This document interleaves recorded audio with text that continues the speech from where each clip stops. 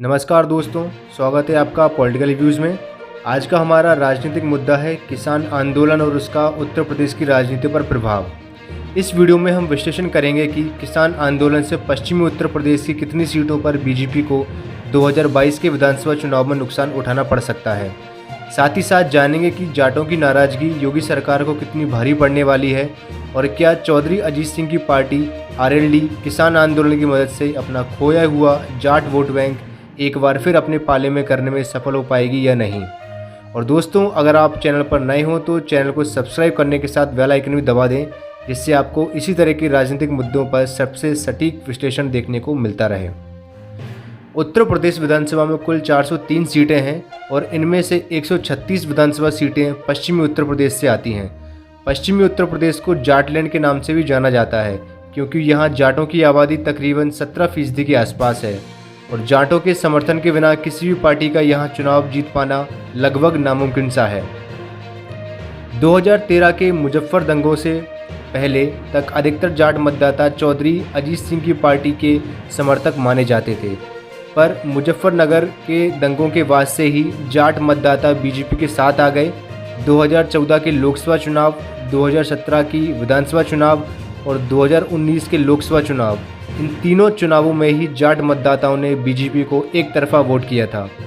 BJP की इस बढ़ते प्रभाव से समाजवादी पार्टी का मुस्लिम यादव समीकरण, बीएसपी का दलित मुस्लिम समीकरण और आरएलडी का जाट मुस्लिम समीकरण सब धरे के धरे रह गए थे। 2017 के विधानसभा चुनाव में पश्चिमी उत्तर प्रदेश की 136 विधानसभा सीटों में से बीजेपी को 109 सीटें मिली थीं।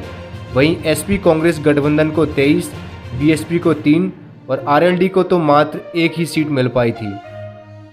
2017 का चुनाव समाजवादी पार्टी कांग्रेस गठबंधन के लिए बहुत बड़ा झटका साबित हुआ था, पर सबसे ज़्यादा नुकसान हुआ बीएसपी और आरएलडी को। इन दोनों दलों को ही अपनी राजनीतिक ज़मीन को बचाने की चिंता सताने लगी थी। आरएलडी का जाट वोट बैंक बीजेपी के साथ चला गया, इसलिए आरएलडी के लिए यह एक बहुत ही मुश्किल समय था। लेकिन 2019 के लोकसभा चुनावों में तो आरएलडी का पूरी तरह से सफाया हो गया और एक तरह से आरएलडी के भविष्य पर प्रश्न चिन्ह सा लग गया। जहां चौधरी अजीत सिंह को मुजफ्फरनगर में बीजेपी के संजीव बालियान के हाथों हार का सामना करना पड़ा, वहीं अजीत सिंह के बेटे जयंत चौधरी को बागपत में बीजेपी के सत्यपाल सिंह से मुखी खानी पड़ी। अपने गढ़ में ही आरएलडी की इस हार से एक बार फिर साफ हो गया कि जाट मतदाता अभी भी बीजेपी के साथ खड़े हुए हैं। लेकिन 2020 के अंत में पंजाब के किसानों द्वारा शुरू किया गया किसान आंदोलन धीरे धीरे पहले हरियाणा और फिर राकेश टिकैत के आंदोलन में पूरी तरह सक्रिय हो जाने से यह आंदोलन अब पश्चिमी उत्तर प्रदेश में भी फैलना शुरू हो गया। पश्चिमी उत्तर प्रदेश के कई इलाकों में राकेश टिकैत के द्वारा महापंचायत आयोजित की गई, जिसमें विपक्ष के कई नेताओं समेत आरएलडी के चौधरी अजीत सिंह और उनके बेटे जयंत चौधरी ने भी शिरकत की। जहां विपक्ष किसान आंदोलन की मदद से यूपी में अपनी राजनीतिक ज़मीन को मजबूत करने में जुट गया है, वहीं आरएलडी राकेश टिकैत की मदद से एक बार फिर जाट मतदाताओं को अपने पाले में करना चाहती है। अब विपक्ष और चौधरी अजीत सिंह इसमें कितना कामयाब हो पाते हैं ये तो वक्त ही बताएगा, पर एक बात तो पक्की है कि किसान आंदोलन से बीजेपी को पश्चिमी उत्तर प्रदेश में नुकसान उठाना पड़ेगा और कुछ जाट मतदाता भी बीजेपी से दूरी बना सकते हैं।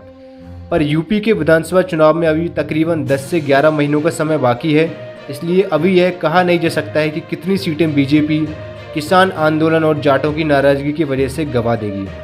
पर मोटे तौर पर देखें तो अभी के हालातों में बीजेपी को पश्चिमी यूपी की 136 सीटों में से 85 से 95 सीटें मिल सकती हैं। इसका मतलब है कि 2017 की तुलना में 2022 के चुनावों में बीजेपी को पश्चिमी यूपी में 14 से 24 सीटों का नुकसान हो सकता है। पर राजनीति में कुछ हफ्ते ही चुनाव की दिशा और दशा बदलने के लिए काफ़ी होते हैं और 2022 में राम मंदिर का भी मुद्दा काफ़ी अहम रहने वाला है और इसका फ़ायदा बीजेपी को मिलना तय है।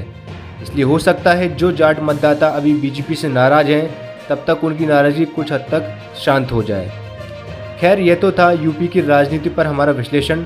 पर आप इसी तरह के विषयों पर वीडियोस देखने के लिए बने रहिए हमारे चैनल के साथ और कमेंट करके हमें बताइए कि यूपी के आगामी विधानसभा चुनाव में किसान आंदोलन और जाटों की नाराज़गी से बीजेपी को कितनी सीटों पर नुकसान हो सकता है।